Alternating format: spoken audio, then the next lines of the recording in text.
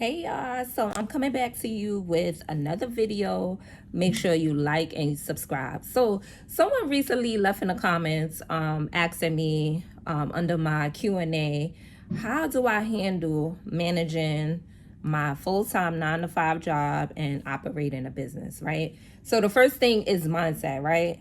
Once you tell yourself you could do anything, that's like the first thing is your mindset of, because a lot of people tell me, oh, I can't do this, I can't. Once you tell yourself that you can't, you're not, right? So the first thing is mindset. So the second thing is and truth be told, I run a business that's been doing well and do all this stuff, but I still have my 9 to 5 job. I make very, very, very good money I'm a contractor, right? So I have multiple jobs and I'm okay with working for someone else and also having my boss. So sometimes a lot of people is like they want to have a flex and, oh, I quit my job and I'm having my business. Sometimes remember, your business is your investor, right? So you don't want to mess up with that, because that's going to help you with a lot of stuff. My job has been my first investor. When I look at my profit and loss sheet, I'm like, wow, I spent this much.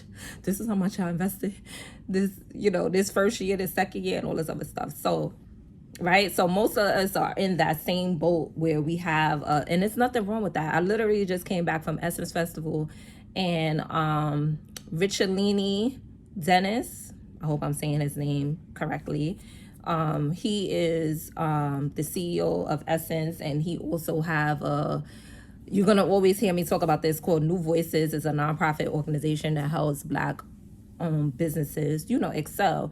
And they always, every year, they have a welcome dinner for us. And, you get to see other founders and stuff. And a lot of these founders are heavy hitters. Like, they in Target, Walmart, and all this other stuff. And we were sitting down talking, and sometimes stuff get real. Like, and they like, oh, I still got my 9 to 5 job. I still attorney during the day, or whatever the case may be. Or I work here, I do this. And their stuff is like on Target, making, a lot of money. But sometimes people don't realize your expenses is sometimes very high. You could be bringing a lot of money, but if your expenses is neck and neck, sometimes you only could afford to pay all your employees and everything else. And sometimes you're not left, the CEO founder sometimes is not left with anything some weeks. So it's okay. Don't feel like you have to feel like you can't have a 9 to 5. It's okay. I feel like multiple streams of income is good. Now, if it's interfering with you trying to, have your business, then okay, you need to reconsider. And if your business is making a certain amount and it makes sense, then okay. But don't feel like you have to. Okay, but right, the question is, how do you manage? So the first thing I always challenge people to do, especially when you think that you can't, is look at your weekly activities. If you look at your weekly activities, it's so much stuff that we do that waste time. Number one is social media. I put this app on my phone that tells me weekly what I'm doing on social media. Sometimes it's 12 hours, 11 hours, 20 hours. But I may not count because I use social media to market, right? But before then, I was wasting time on social media. I'm looking at reels, I'm doing this. Some people watch TV, Netflix, doing this, talking on the phone, gossiping, talking.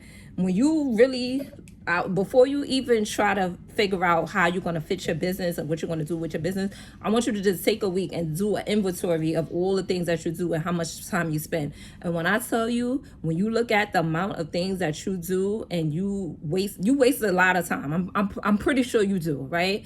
Because if it's 24 hours and stuff like that, I'm pretty sure you waste time on stupid stuff. So our first thing you do is take inventory of the things that you do in a week, right? And then once you do that, figure out how can you replace it with doing something for your business. And the thing is, don't feel like you have to work 8 hours on your business every single day. Sometimes you might just need an hour. Sometimes it's 10 minutes. Just do something every single day. So a lot of times when I first was starting, I would do it on my lunch break. Whether it's you taking in information, whether you're reading a book, whether you're actually doing something towards your business, just do something towards your business. And it doesn't have to always be 8 hours, 10 hours, 4 hours. Whatever you could squeeze in, just do it. Because if you do nothing, then you're going to get nothing. But most of the time, once you start on something, that's like me. Like I be dreading I was so tired from my job and something like that. But then once I start and I'm in the middle, especially when it's doing something creative, I could be all night. Sometimes I would be up 3 o'clock in the morning just doing stuff. Another thing you could do as soon as you come home from work, maybe take a nap. That's what I would do. I would take like a 3 hour nap and I would give me a boost, and I'll wake up, I'll come home, I'll go to sleep like 7 o'clock, and I'll wake up like midnight, and then I'll work like 3 hours or 2 hours to 2 o'clock in the morning and do stuff, because that worked for me because a lot of my contractors are overseas. So I will have to correspond with them because they're in a different time zone. So those are little ideas that you can do, right? Another thing that you can do is, if you have children, have them help you. I have a 9-year-old and I have a 19-year-old. When I started, I believe my son was probably like 5 and my daughter was 15. So utilize them, right? Let me tell you, these kids are very smart, especially when it comes to TikToks and social media and all this other stuff. Even if it's packing orders, whatever they could help you with, utilize them. And if you're making money in your business, right, and talk to your CPA. This is not legal advice, but I'm just letting you know that if they are minors, you could actually pay them, right? You could pay them, put them on the payroll. They don't have to pay taxes or anything like that, and you could get a tax credit from paying your minor children. But once again, look that up. Talk to your CPA about that. So as long as it's age appropriate things, whether they're taking pictures for your brand, they're helping you at a pop-up shop or anything like that, you could utilize them and you could get a tax credit. So once again, talk to your CPA more about that, right? Another thing, and I know a lot of people are resistant to it, AI. When I tell you AI have saved my life, and I'm all for hiring people, right? I don't mind hiring people, but sometimes you need stuff right away, right? Sometimes I find out about a grant and a zoo, I have to write up something that day. And I'm good at writing, but sometimes I overthink, and sometimes it takes me days. Or I have to write a pitch, right? So using Chat GPT will save your life. So if you need to write emails, if you need to write pitches, if you need to write captions for your social media content, if you need to outline stuff, if you need to brainstorm on names, product names, it's so much things that you could just do with Chat GPT. Same thing with Canva, right? They have Canva, they have Gamma, they have Midjourney. These are some tools that you could look into. And I'll do more videos down the line showing exactly how you could use these tools and stuff. But I just wanted to answer this question. Another thing is, let me see. Yeah, you just have to make the time. You really, really have to make the time. And also, don't be afraid to hire people.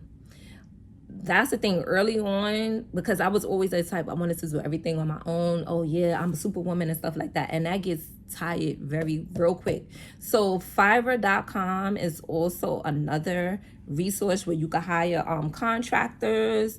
Handshake is another one that if you're a legit business, if you have everything intact, you could get interns and stuff like that. I just started working out with interns, and that's like the greatest thing. But going back to Fiverr, literally my website guy I found from Fiverr. I've been working with him over 6 years on different projects and all that other stuff. My illustrator is from Fiverr.com. I found attorney that helped me with my application to get all my trademarks and copyright.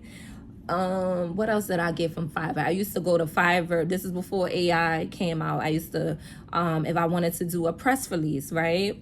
I would go to Fiverr and have somebody write my press release if I was having a new product and stuff like that. So these are little resources and stuff that you could do that could help you manage very early on. So I hope this helps. Once again, make sure you like and subscribe, and let me know what y'all think, right? Because I wanted to start, I teach a course to teenage girls called Be the Boss. And I give you step by step, how to create your business, how to brainstorm ideas, how to market your business, like every little thing. So let me know in the comment section if that's something that you're interested in. So I could start from the very beginning.